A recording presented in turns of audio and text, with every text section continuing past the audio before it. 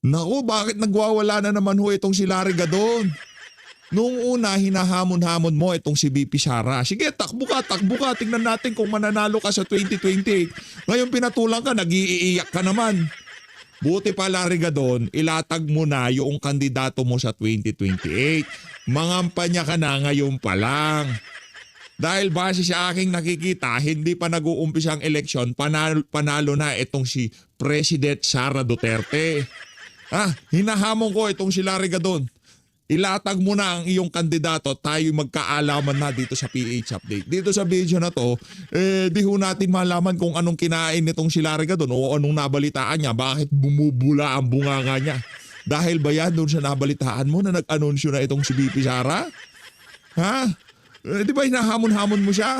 Yan ang problema sa inyo. Nang hahamon kayo tapos pagka pinatulang kayo, bumubula ang mga bibig nyo. At syempre, isa sa mga hinihintay nating mga punto de vista at reaksyon, ang ating maisog. Gusto ko nating marinig kung ano ang tinig ng maisog kaugnay dyan sa pag-aanunsyo na yan. Itong si Vice President Sara, sarap pakinggan, no? Music to my ears, higa nga, di ba?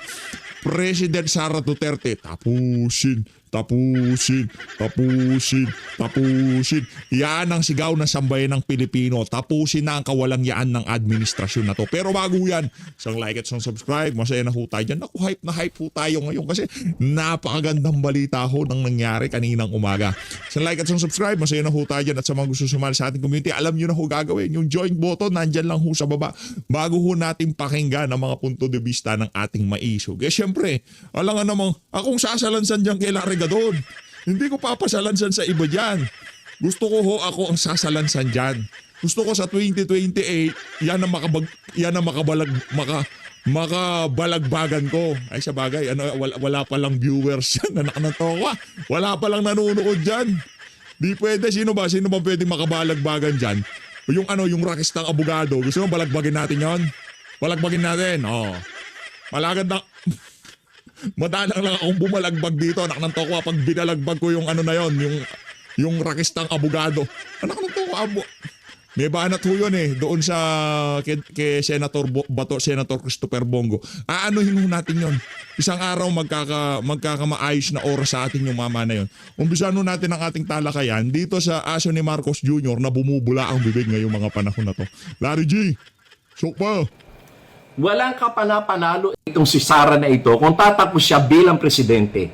Bakit noong 2022 ay hindi siya tumakbong presidente? Yan ang gusto ko sa'yo, Larry Gadon. Yan ang gusto ko, lumalaban. Ang bira ka, Larry Gadon, ha? Ayusin mo buhay mo, Brad. Ako, di ako nagbibiro. Sigurado ka na dyan, ha? Wala nang atrasan niya ang pagbalagbag mo na yan kay VP Sara. Anak ng tokwa, di pa nag-uumpisa kampanya, talo na kayo. Ano yan, mind conditioning? Nagsaset kayo ng naratibo na walang kapanapanalo itong si VP Sara. Base sa aking nakikita sa mga posting sa social media, anak ng tokwa, doon pa lang sa react at comment na sambayan ng Pilipino, ako nang magpoproklama, panalo si VP Sara sa 2028. Ngayon, anong gagawin ni VP Sara? Isa lang ang chant ng sambayan ng Pilipino ngayong mga panahon na to. Tapusin. Yung mga nakapanood ng Ghost Fighter, alam yan. Pagka narinig na nila yung chant na yun, wala na. Tapos na usapan, nga. Kung sino man ang kalaban, sigurado iisa lang ang chant dyan. Tapusin. Kaya itong si VP Sara, kailangan ho talaga niyang ubusin yung mga walang iya sa bansa na to. Unahin na natin yung mga siraulo sa Malacanang. Kabila ng pamimilit sa kanya ng tatay niya at sa kabila nung kakasigaw, lumawit na yung dila ng Run Sara Run movement ni Vivian Velez at mga kasama nito. Pero hindi talaga siya tumakbong presidente. Alam niyo ba kung bakit? Bakit? Kasi nagpa-survey noon ang Malacanang noong 2021, latter part of 2021, nagpa-survey ang Malacanang at hindi nila ginamit itong Pulse Asia o SWS. Ang ginamit nila sa survey ay itong kanilang mga congressman na panig sa kanila at pinag-survey sila, yung tinatawag na internal survey sa kanilang mga distrito. At doon ay nalaman ko ang naging resulta sapagkat Ano? maraming mga congressman dyan na mga kaibigan ko rin. At pinarating nila sa akin ang magandang balita na doon sa kanilang internal survey na inutos ng Malacanang ay ang number 1 ay si BBM. At ang number 2 ay si Leni. Ang number 3 ay si Isko. Pang-apat lang si Sara. O, palakpakan ho natin itong si Larry Gadon. Talo pala si BP Sara eh. O, palakpakan natin. Palakpakan ho natin mga kababayan. Eh kung number 1 pala, ang si Marcos Jr. noong 2021, bakit pa siya nagpunta ng Davao? Bakit pa siya nagmano sa mga Duterte? Bakit pa siya nagpaalam kay VP Sara na tatakbo ko ng pagka-presidente ha? Ano bang plano mo, VP Sara? Di ba? Ano bang plano mo, Mayor Sara? Di ba? Mayor pa lang siya noong mga panahon na yon. At di ho galing sa atin yan. Galing ho kay ano yan? Galing ho yan mismo kay Senator Amy Marcos na pinakilala niya daw yung kapatid niyang bangag kay Vice President Sara Duterte. Di ba? Pinakilala niya yung kapatid niyang bangag kay Vice President Sara Duterte at kanilang dinigawan na siya ang maging katandem nung amo mong bangag noong 2022 presidential election. Ngayon, yung mga argumento mo na yan, mga bulok na yan. Ika nga wala nang hindi nabebenta yan. Kaya mabuti pa, Larry G, ang gawin mo, magdasal ka. At kung maaari, ikampanya mo na yung kandidato mo sa 2028. Sino? Sino? Yung mga dilawan? Yung mga sinisigawan mong mga oo, ganon ka, di ba? Mga oo. Diba sinisigawan mo sila? Ikampanya mo sila sa 2028. Yung mga sinisigawan mong oo, ha? Si Lenny, kampanya mo. Iboto nyo si Lenny, sabihin mo, nung 2016 sinisigawan ko yung oo. Kaya nga, tigas ng kakakatanggi niya na tumakbong presidente kasi wala talaga siyang pag-asa. At siya ay pinipilit lamang ng kanyang tatay at posible na dadayain nila sa Smartmatic. Pero hindi talaga nagtumakbo si Sara kahit na nagkaroon pa ng nationwide na Run Sara Run movement. Hindi pa rin talaga siya tumakbo. At siya ay tumakbo at nag-file ng candidacy as mayor of Davao City. Kaya lang, merong mga kaibigan at meron talagang isang close family friend at lawyer din na nakipag-usap kay Sara. Ang sinabi sa kanya, sikat ka lang ngayon kasi anak ka ng presidente. Pero pag hindi na presidente ang tatay mo, you can no longer go back to national politics. Kaya ang tamang gawin mo, tumakbo ka bilang vice president ni BBM para halos wala kang gastos, sure kang panalo. Kaya palakpakan ho natin. Ibang klase talaga tong si Larry Gadon. Palakpakan ho natin. Yung sinasabi ni Larry Gadon na yan, parang ano yan? Alam nyo parang ano yan? Parang 20 pesos na bigas. Pag naniwala kayo, ibig sabihin nagpabudol kayo. Sa inyo kay Larry Gadon to. Pabulain natin bibig niya next video. Pag naniwala kayo dito, pag naniwala kayo dito, parang naniwala kayo doon sa sinabi nitong si Marcos Bangag na mahiya naman kayo. Ang sakit, no? Sure win daw siya. In-encourage daw siya na tumakbo under sa ticket ni Bongbong Marcos. Sino ba nagpapasalamat kay BP Sara sa bawat campaign nila, sa mga caravan nila, sa bawat talumpati nitong si Marcos Jr.? Wala naman dahil nga umiikot ang utak sa pulburon, wala namang alam sabihin niya noong panahon ng kampanya. Pagsampa niya sa entablado, Vicente Mano, ang sasabihin niya, ako ho'y nagpapasalamat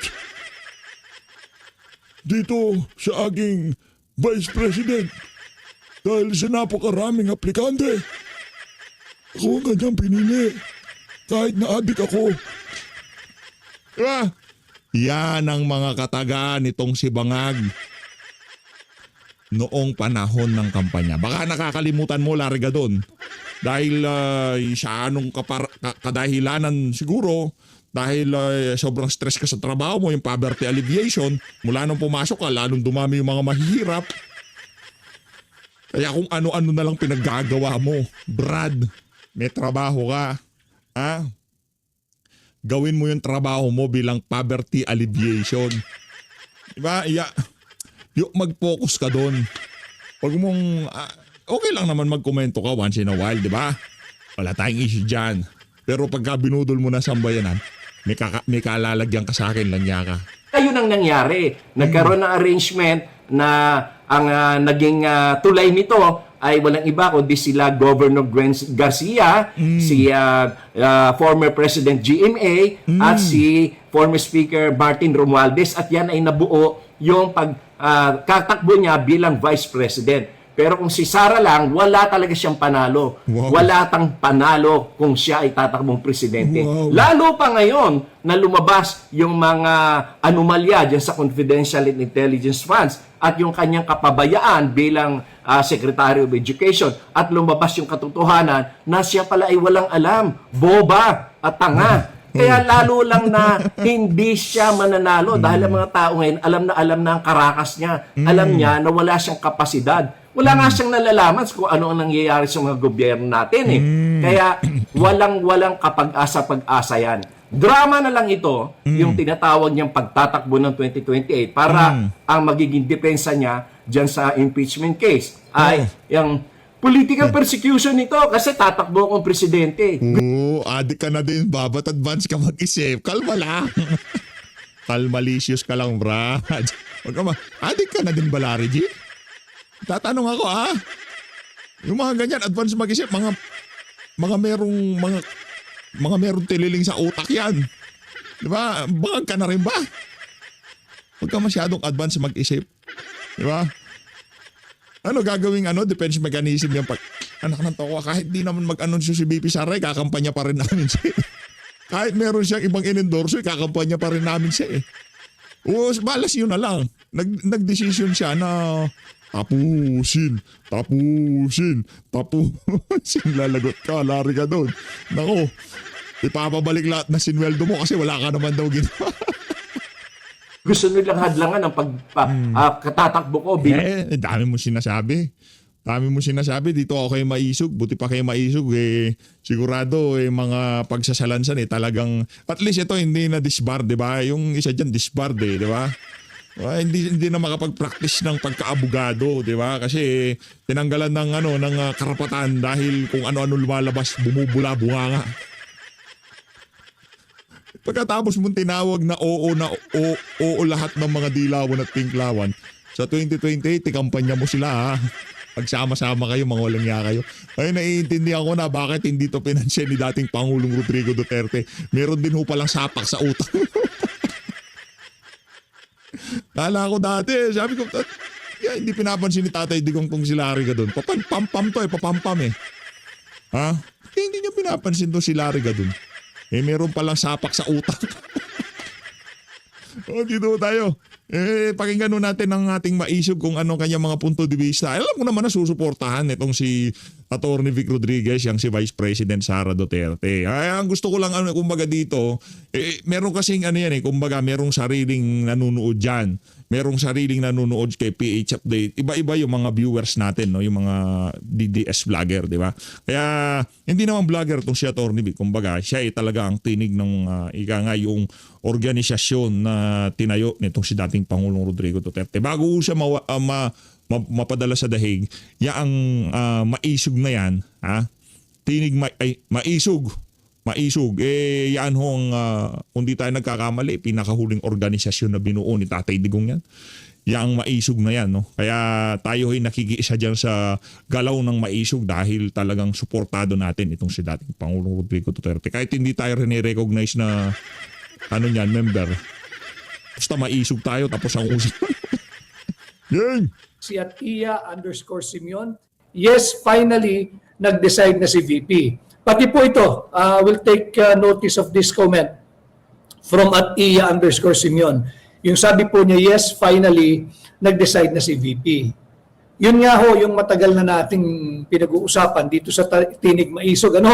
Sana po yung mga naka-live sa YouTube, patuloy po kayo mag-like, mag-share, mag-subscribe, mag-comment at mag-react. Ganon din po sa yung nasa Facebook, patuloy pa po nating palakasin ang ating pahina bilang dagdag tulong din po at puwersa sa kandidatura o paghahayag ng kahandaan ni Vice Presidente Inday Sara Duterte dahil alam naman natin ang mainstream media hindi ibinabalita yung mga totoong balita. Tingnan ho ninyo bukas, GMA7, dinala na ho yan. Pero tingnan nyo yung mga pahayagan, tingnan ninyo kung iba-banner nila yung storyang ito. Napakalaking istorya nito. Baka naman sa inner page ng dyaryo ito lumapag. Pero okay lang, ang tao ho ay nasa social media na. Let's meet itong mga ipokritong meron pong matitinong nasa mainstream media. Pero itong karamihan na iniiwasan yung mga totoong issue, let's meet them head on. Pumili po kayo ng mga pahina sa social media, kagaya po ng ating munting pahina ang Tinig Maisog na nagpapahatid ng mga totoong impormasyon. Dahil nga kako ang ating layunin ay may angat ang antas ng kamulutan, kalinangan at kaalaman ng mamamayang Pilipino nang hindi po tayo mabudol. Ito na nga ho, nagdeklara na si Inday Sara, the President, ang kanyang kahandaan at ipag-aalay sa kanyang buong buhay, buong pagkatao sa paglilingkod sa ating bansa, sa ating pinakamamahal na bansang Pilipinas. At ang mahalaga, yung katagang binanggit niya, inaalay niya, hinahandog niya ang kanyang pagkatao, ang kanyang buhay sa paglilingkod at sa kapakanan ng bawat pamilyang Pilipino.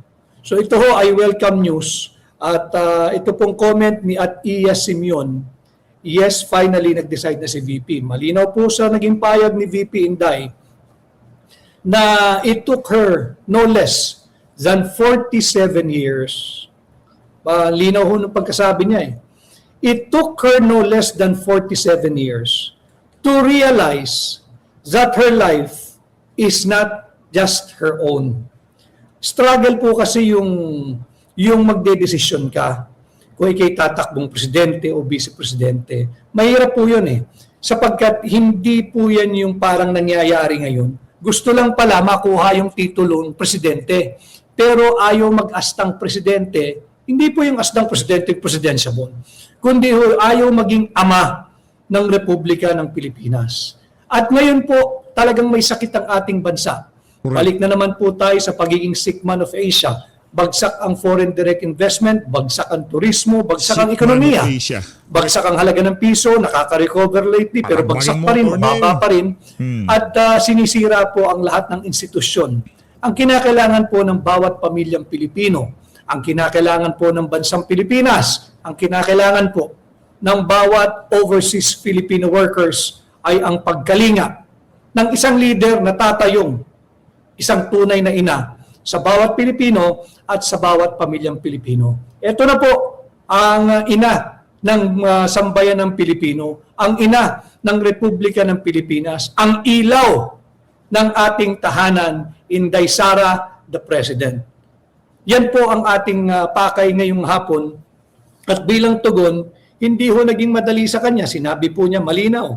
It took her no less than 47 years na ma-realize niya, na mapagtanto niya na ang buhay pala niya hindi kagaya po ng buhay nating mga karamihan. Ang buhay niya, pagkatapos ng mahabang taon, 47 years to be exact, napagtanto niya ay hindi kanya. Kaya ito po ay napagtanto niya na ang buhay niya hindi lamang para habulin yung personal satisfaction, personal glory, personal happiness, personal success, accomplishment, and achievement as a person, as a mother, as a wife, as a daughter, as a sister to her siblings, as a friend to many, as a...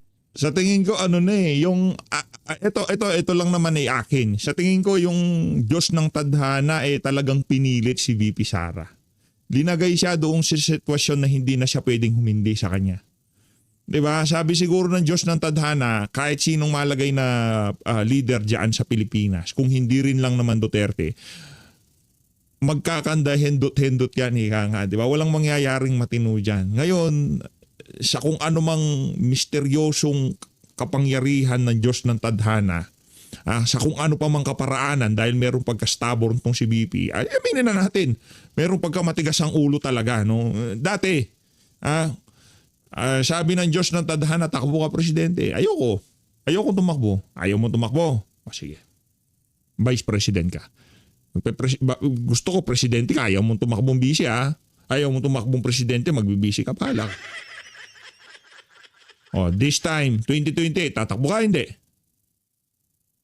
Takbo na po ako. I mean, yun ang realidad. Yun ang totoo. Yun ang nangyari dyan. Di ba? Yun ang nangyari dyan. Sabi ng Diyos ng Tadhana, tumakbo ka ng presidente noong 2022. Ano sabi ni BP? Yoko tumakbo. Dito ako sa Davao. Mayor ako dito. Dumating yung mga siraulo sa Davao. Nagpunta doon yung mga siraulo. Takbo na tayo, please. Sabi nitong si Manggo, ginamit ko si BP para suruin sila. Sige na nga. At kaibigan ko naman yan si Manggo eh. Pero ang gusto ng Diyos ng Tadhana, magpresidente siya. Pero dahil nga merong ibang plano itong si VP Sara, hindi nakalapat doon, yan na nga ho ang nangyari. Pero imagine, di ba, kahit sabihin na natin na kung, for example, PH, tumakbo siya noon, di 2028, hindi na siya presidente. Biglang papasok sa eksena itong si Marcos Jr. Hindi na siya makakapasok. May diverticulitis, di na makakatakbo yan. At di naman makakabalik ang mga dilawan. Correct? Tama, mali. Hindi na makakabalik ang mga dilawan pagka si VP Sara pa rin presidente nga ngayong mga panahon na to. At kung gusto man tumakbo ni Marcos Jr. dahil may diverticulitis na siya, o baka wala na nga siya kung sakaling, di ba, presidente si VP Sara sa loob ng 6 na taon. Abuso sa katawan yun di ba? Abuso talaga sa katawan yun, yung mayat maya bumibira ka, di ba? Sila ho, yan ang trip nila dyan sa Malacanang. Pagka talagang walang humpay na pagbirang ginagawa ng mga yan. Sa mother to children, napagtanto niya after 47 years. Katangi-tangi at natatangi ang buhay niya. Kanya, siya ay nagdesisyon na kanya pong inaalay sa kanyang Saludo kay bansa. VP. Sa bawat pamilyang Pilipino, ang lahat ng kanyang alam, nalalaman, katalinuhan, talento, karakter, pagmamahal sa bansa, inaalay po niya sa bawat pamilyang Pilipino. Hindi po madali yun eh. At sabi nga ho niya, today, ngayong araw, February 18, I have peacefully accepted that my life is unlike any other. So malinaw po yan. At linahad din niya yung mga kadahilanan, kagaya ng pagtalikod niya sa gabinete, dahil 2024 pa lang, sa isang interview sa kanya, di ba sinabi niya, biniston niya, 2 tao lang ang naglalaro sa pera nating mga Pilipino. Pinaglalaroan, of course, with the imprimatur, of course, with the approval, of course, with the knowledge, of course, with the consent. Correct. Ni Bongbong Marcos. Pero ang kanyang sidekick dyan, yung kanyang kaliwat kanang kamay, siyempre, si Martin Romualdez. Siyempre, si Saldico. Correct. Saldico, initially, ginagabayan ko po kayo, but feel free to formulate your own opinion at bukas po ang ating programa. Yan ang kaibahan nitong si bumubula ang bibig at itong ating maisog, di ba? At tayo dito sa PH Update, walang pilitan, bahala kayo dyan. Di ba? Meron ho tayong kanya-kanyang free will. Naririnig nyo lang ho ang boses ko pero hindi ko alam kung anong iniisip nyo. Kung gusto nyong isipin na mas naniniwala kayo kay Larry Gadon, nasa sa inyo ho yun. Di ba? Kung baga ilinalatag ko lang dito yung aking obserbasyon ng walang pwesto sa pamahalaan. Okay? Wala akong bagahe dito, wala akong interest dyan na magkakaroon ng pwesto. Kunyari, nanalo si BP Sara. Magkakapwesto ba ako? Hindi. Wala ako tayong pwesto. Wala ko, baka ni katiting na recognition, wala ko tayong makuha dyan. At hindi naman natin na hinahabol yung recognition na yan. Basta sa atin, para na lamang ho sa mga anak natin, di ba? Yung susunod na henerasyon. Kasi kawawa ho talaga kahit paano ho natin tingnan. Kawawa ang ating mga kabataan dito sa nangyayari na to. Kaya hanggat maaari, kung pwede ho tayong makatulong para kasi wala naman ho tayong 2 pasaporte, nga, di ba? Iisa lang ho pasaporte natin, sabi nga nitong si VP Sara, wala ho tayong ibang tatakbuhan. At ang aking mga anak, ang inyong mga anak, apo, pamangkin, kamag-anak, kung mayaman kayo, edi good for you. Di ba? Pero kami, wala ho kami noon. Kung meron ho kayo, edi maganda para sa inyo. Pero kami, kaya ho natin ginagawa ito para sa ating mga mga anak, kamag-anak, 'di ba? Na walang ibang lugar na pupuntahan maliban sa bansang Pilipinas, 'di ba? Wala akong pwesto sa wala akong poverty alleviation pagka nanalo si BP Sara, di kagaya nitong si Larry doon. Kaya ho bumubula bibig niyan dahil nga meron ho siyang pabor kay Marcos Bangag, di ba? Sa inyong malayang pagpapahayag ng inyong opinion. Hindi ko kinakailangan sang-ayon kayo even yung Inday Sara the President. Kung ayaw nyo kay Inday, lumipat kayo sa platform o pahina na gusto ninyo. Wag ho kayo dito. Pero yung may mga nag-aalanganin or undecided, welcome po kayo rito and makinig kayo. At kung after ng inyong pakikinig ay hindi kayo kumbinsido, malaya po kayong maghanap ng inyong kandidato o napupusuan o mapupusuan bilang Pangulo ng ating bansa. Pero kung kayo po ay susuporta kay Inday Sara the President, welcome po kayo sa ating pahina at makipag-engage po kayo para gusto ko yung Inday Sara President. Gusto ko yun. Yun ang gusto ko. Interactive po yung ating Siyempre, maganda rin naman pakinggan na pagka naging Inday Sara President, yung Senator Vic Rodriguez. Di ba? Di ba? Kung meron si Raul Rufus Rodriguez dyan sa magkaroon naman tayong na matino na Rodriguez dyan sa Senado. Nakananto ko, yung Rufus Rodriguez natin dyan sa House of Representatives, para sinto-sinto di ba? Magkaroon naman ho tayo ng isang Rodriguez na matino dyan sa Kamara. Dyan sa mataas na kapulungan ng Kongreso, di ba? Pagla-live na yung hapon. No? Sa utak So yan, at Iya_Simeon, hindi yung madali At yung nagsasabi, lalo na yung lukaret sa Malacanang, yung lukaret sa palasyo, no? Lagi niyang sinasabi na gahaman daw sa kapangyarihan, wala ho kasing alam yun. She was never part of the campaign way back in 2022. Wala. Ano yan? Miron. Miron lang ho ang papel niyan. Nung pumasok siya, nung marami ng kaguluhan sa gabinete ni Bongbong, siyempre, siya yung gahaman sa kapangyarihan Gusto niya yung limelight, gusto niya yung camera, gusto niya yung surrounded siya siguro nung mga kusino-sino at nakakolorete, kung ano-ano. Pera po ng taong bayan, yung araw-araw na ginagamit niyan. Correct. At hindi pagbibigay ng tamang impormasyon. Balagbagin mo, Senator Vic. Sige, Senator Vic na, wag na attorney. Ayoko yung attorney. Pasensya na, Senator Vic, ayoko yung attorney. Gusto ko, Senator. Balagbagin mo, Senator Vic. Anak ng toka. Lang niyang anti-clear na yan. Mayat maya, nakakulorete siya. Puro kapalpakan naman ginagawa sa PCO. Sa atin, singilin natin yung lukaret sa Malacanang, yung lukaret sa palasyo. Hindi ho ninais ni Inday Sara na maging Pangulo as early as 2022. It took a lot of convincing for her to finally agree to consider running as Vice President, not as President. Nakita naman ho natin doon sa resulta, higit na malaki yung kanyang nakuhang boto o mandato sa bawat pamilyang Pilipino. Para ho malinaw tayo si Inday Sara, si BP Inday Sara lamang ang paulit-ulit na bumabanggit at bumubulalas ng katagang yan. Bawat pamilyang Pilipino. Bawat pamilyang Pilipino. Bakit to mahalaga na ulitin ko yung katagang bawat pamilyang Pilipino? Ito ho yung nasa kaibuturan ng kanyang puso.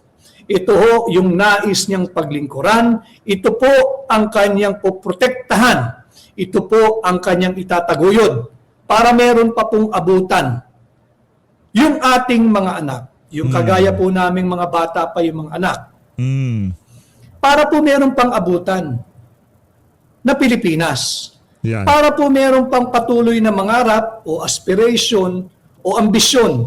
Diba? Yun ang nais itaguyod ni Inday Sara the President, ang bawat pamilyang Pilipino.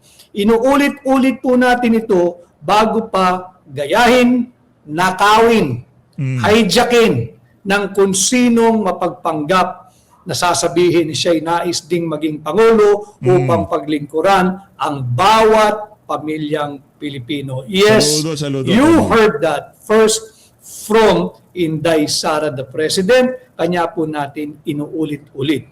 At bukod po dyan, ang linaw po na naging buong pahayag. Kaya mataas ang respeto natin doon sa mga mga kandidato natin nung hindi pwede, 'di ba? Pwede naman yung manahimik, 'di ba? Pero hanggang ngayon tuloy-tuloy ang laban. Kaya taaso ng respeto natin diyan kina etong si Attorney Jimmy medyo naglaylo ng konti. Pero yung mga ibang natalo na kandidato ng Duterte, lahat ng nagsasalita ay talagang tuwang-tuwa ho tayo kay Pastor Kibuloy, kay Attorney Vic Rodriguez, dito kay Attorney JV Hinlo, 'di ba? Nagsasalita pa yung mga yan eh. Kumbaga, balagbag pa rin ho sila hanggang ngayon. Hindi sila nanalo. Ibig sabihin, yung sinabi nila nung panahon ng kampanya, sinasa buhay nila. Sincero ho talaga. Hindi kagaya ng ibang mga kandidato. Nung natalo na, nasa na sila? Wala na. Bakit? Kasi lahat ng sinabi nila sa atin, puro kaplastikan lang. Di naman nila sinasa puso at sinasa buhay. Yung sinasabi nila na paglilingkuran ko kayo para ako sa sambayan ng Pilipino. Anak ng toko, ni isang kataga, wala tayong marinig dito sa mga siraulo na to sa issue ng mga anomalyang flood control, pagiging bangag ni Marcos, korupsyon, napaka kawawang ekonomiya natin ngayong mga panahon na to. Tahimik ho sila. Ayan, sila maisog lang ho. Yung mga ilan lamang sa mga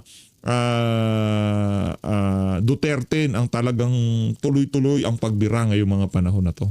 Ni VP Inday Sara, the President, na yung ating mga overseas Filipino workers, yung ating mga Filipino migrants, pag kailangan kayo ng Marcos Jr. Administration, anong binibigay sa inyo? Sasalubungin kayo ni Bongbong sa airport. Nakita naman, walang pumapansin sa kanya eh. His presence in welcoming yung mga returning, whether for a brief holiday or returning permanently na overseas Filipino workers at Filipino migrants, hindi po yun ang hinahanap ng mga kapatid natin overseas Filipino workers. Ang hinahanap nila, yung panahon na panatag ang kanilang kalooban kahit sila'y nagpakalayo-layo upang merong pagkakitaan at kumita ng sapat na pera para maitaguyod ang kanilang pamilya. Subalit anong nangyayari ngayon? Balik na naman ang krimen, laganap ang illegal na droga. Yan din ang lalabanan ni Inday Sara the President. Ang sabi nga ho niya, I cannot kneel before each and every Filipino to beg for forgiveness. Di rin niya ho kayang lumuhod at humingi ng kapatawaran sa bawat Pilipino. Tama po yun sapagkat sa 114 million Filipinos, paano mo luhuran lahat yun? Di mo naman nakakaharap lahat. Instead, hindi man siya makahingi ng kapatawaran sa bawat Pilipino.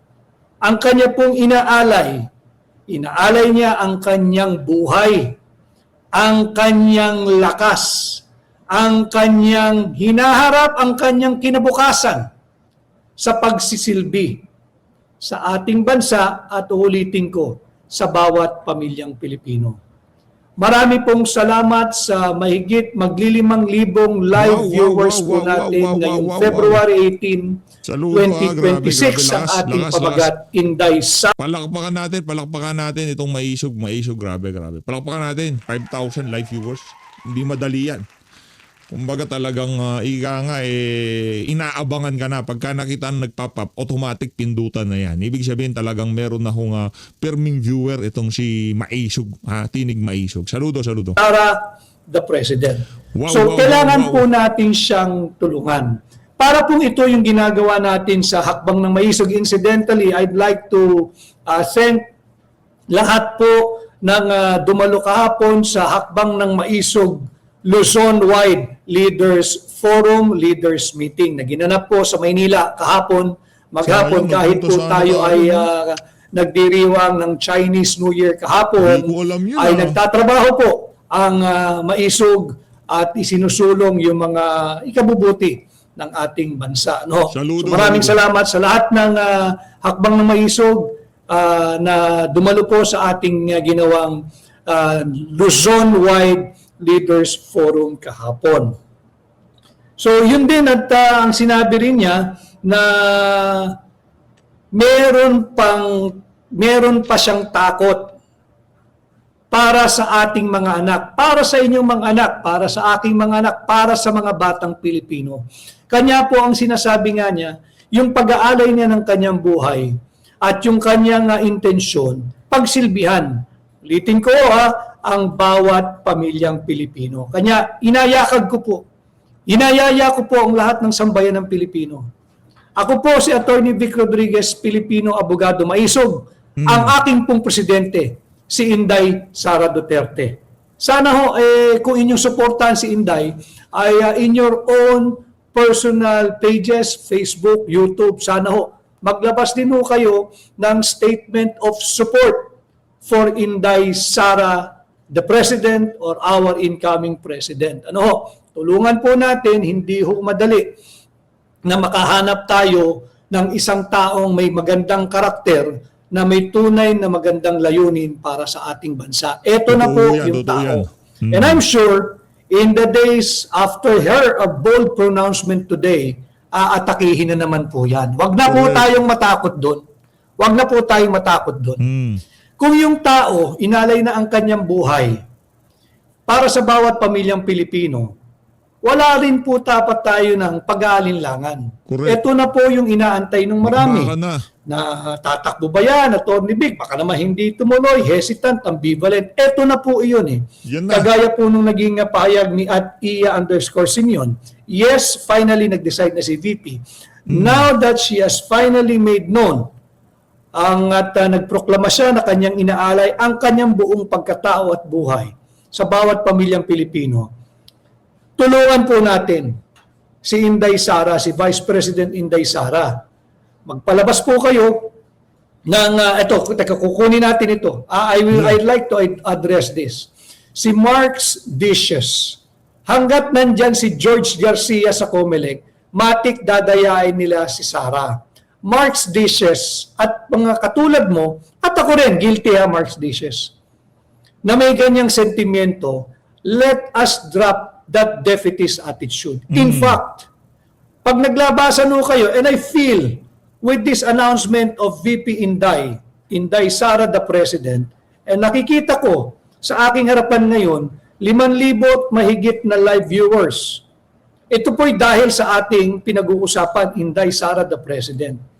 Andyan na po yung pagbulusok ng suporta.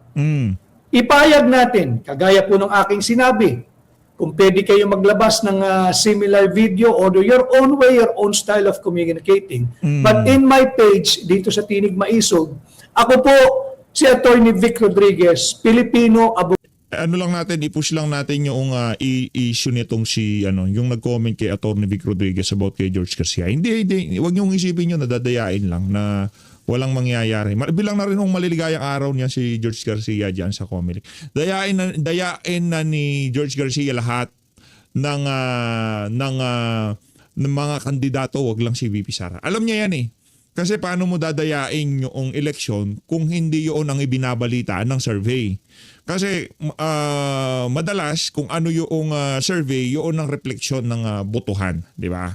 Kadalasan ganun yan. Especially siguro doon sa senatorial candidate, hindi gaanong lumabas yun. Pero kung one-on-one ang labanan, yung tipong presidente o 2-3 ang kandidato, mahirap pundayain yan.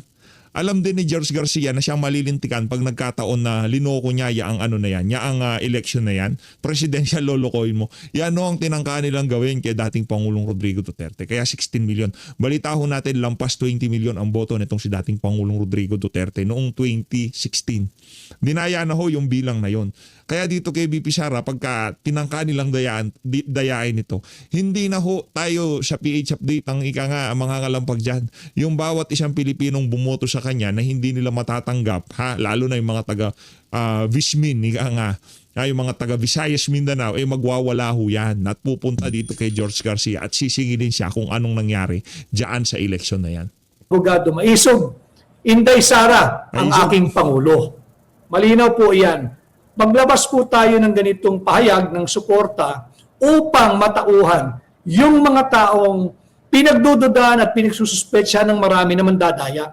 Hindi nyo po pwedeng dayain at pigilan ang pagsirit ng suporta at pagbuhos ng mandato kay Inday Sara.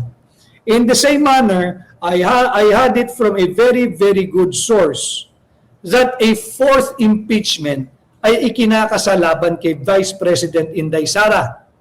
Siyempre, ang direksyon niya nanggagaling kanino pa? Di kay Martin Romualdez and a certain Attorney Beng ang kumakamada at nakikipag-ugnayan sa opisina nung yung garapal na tumanggi doon sa isang impeachment complaint, nung defensor impeachment complaint, merong nagiging pag-uusap a certain Attorney Beng. But I have a good sense and I have good information kung sino itong Attorney Beng na ito na nakikipag-ugnayan sa garapal na Office of the Secretary General at merong nagbabadyang fourth impeachment complaint. Tayo po dito sa Tinig Maisog sa ating pahina, tayo po'y mangungusap din sa ating mga mambabatas. Huwag na po kayong tumingin na mawawalan lang kayong budget, natatakot kayo, o parang barkadahan lang kayong high school dyan sa House of Representatives at sunod-sunuran dyan sa maling dikta ng Marcos Jr. administration ng inyong liderato. Huwag po ninyong salaulain itong napakahalaga at napakasagradong proseso ng impeachment. Sinalaula na ninyo diyan sa mababang kapulungan yung hindi pagtanggap ng Office of the Secretary General. Garapalan nung isang impeachment complaint na tunay na may laman. Nandoon yun Pati yung contribution ng pera para sa kampanya ng alyansa ni Bongbong. Di ba? Galing sa confidential funds, galing sa customs, at galing sa kung saan-saan pa. Garapal no? Na ginamit nila. Pera po ninyo yun dapat tayong magalit. Di ba? Itong mga kongresista, bantayan po natin sila. Bantayan po natin sila. Ito ang malaking maitutulong ng bawat Pilipino na nais tumulong, sumuporta, magprotekta kay Vice Presidente Inday Sara. Bantayan po natin ang galaw at kilos ng bawat kongresista. Bawat kongresista ng bawat distrito. Yung party list, wala po tayong magagawa dyan. Alam naman natin na halos lahat, hindi lahat, but halos lahat ng party list, transactional po iyan. Kinakausap po niyan, COMELEC lang. COMELEC lang ang kausap niyan. Nag-uusap lang yan kung ilang boto ang matatamo nila at sa magkakanong halaga. Wala po. Akayin ko na ho kayong bibitinin, ika nga. Gusto naman ho natin makapaghatid tayo, makakarga tayo ng mga manonood dyan sa Tinig Maisog. Nasa ho tayo ng video na to ni Maisog, Atty. Vic Rodriguez. Nasa 27-minute mark ho tayo. Kung gusto nyo hong ipagpatuloy ang napakagandang talakayan na yan, magtungo ho kayo. I-search nyo lamang ho, Tinig Maisog. Ito ang pinaka-latest slide niya. Ang pamagat Inday Sara, the President. As always, maraming salamat. Palakpakan natin tong si Maisog. At ito namang si Larry Gadon. Brad, itulog mo yan. Sabihin ko sa'yo. Itulog mo yan. Pero kung talagang ayaw tumino ng utok mo, ipukpok mo yung ulo mo sa simento. Sa tingin natin, sa gayong paraan, matauhan ka na yung ginagawa mo na yan. Sino ba alam mo, yung mukha na yan, sa tingin ko pagka kinausap niya yan, sarili niya sa salamin, humarap siya sa salamin tapos nagsalita siya, maging siya hindi maniniwala sa sasabihin niya Tapos gusto niya kinukumbinsi tayo na sabayan natin ang trip niya, pambihira ka, Larry. Mahalin ho natin ang Pilipinas. Saludo, Maisog.